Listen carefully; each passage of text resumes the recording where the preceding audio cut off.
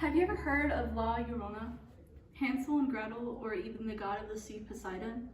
These are all examples of popular folklore and mythologies from different countries around the world. Here in America, we have our own legends, tales, and mythologies, including Bigfoot, Bloody Mary, and even jackalopes. After doing some research, I've come across a few mythology folktales from Ireland, some of which you may find familiar. I will be sharing with you the love story of Diarmid and Grania, the Winter Witch, and Count Dracula. I'll be starting off with the tragic love story of Diarmid and Grania. Almost every culture has their story of lovers, our own being Shakespeare's Romeo and Juliet. Ireland's love tale begins with the most elite warrior, Fionn McCool. Fionn is seeking a wife to please his clan, soon landing his eyes on the most beautiful woman of all of Ireland, Grania. Grania usually rejected all men who fancied her, as her heart belonged to a young lad she met many years ago. After considering how she had not seen that young lad in such a long time, she decided it was time to let go, this being around the time that Fionn had proposed to her. Grania accepts, but this is not where this love story ends. On the day of the engagement party, Grania's eyes shift away from her fiancé, drifting over to a young man. That man being the same one who had caught her heart many years ago, Diarmid.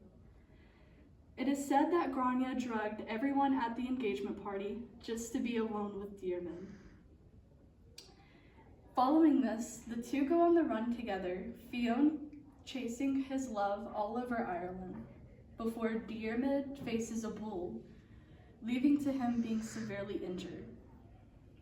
As Diarmid is close to death, his now pregnant wife holding him in her arms, Fionn catches up with the two, and due to his ego, he refuses to save Diarmid, ending this tragedy with the death of Diarmid. There are many landscapes dedicated to Diarmid and Grania's tragic love story, as it is believed that while on the run from Fionn, the two had to sleep in various different places, naming these archaeological landscapes Diarmid and Grania's beds. These include the Labby Rock, the Cave of Keosh, and the Glynniff Horseshoe. Another landscape-related folklore of Ireland is the Winter Witch. The Winter Witch, also known as the Hag of Beera, inspired the well-known C.S. Lewis, and she used the witch's tale while writing her Chronicles of Narnia. It is said that on the first day of spring, February 1st in Ireland, if the weather is poor, that means that the witch is asleep, signaling that the winter will end soon. However, if the weather is good, the Winter Witch is awake and collecting firewood, meaning that the winter will be longer than anticipated. Doesn't this sound slightly familiar? The tale of the Winter Witch is very similar to how we have Groundhog Day, dictating when the winter will end, following a groundhog's shadow.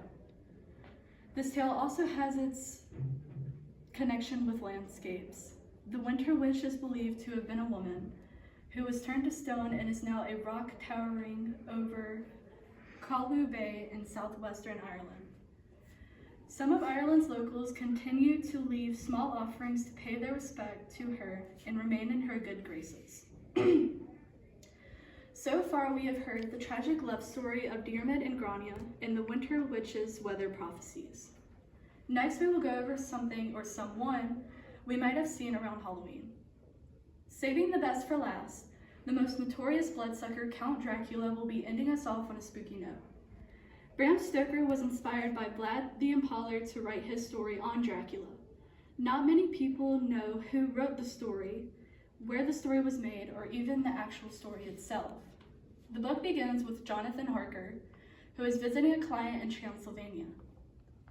Jonathan soon leaves in a rush after meeting 3 female vampires, them being the wives of his client, which revealed that he is Count Dracula. Jonathan is soon turned into a vampire by Dracula as he is followed, leading to catastrophe in the seaside town in which Jonathan resides.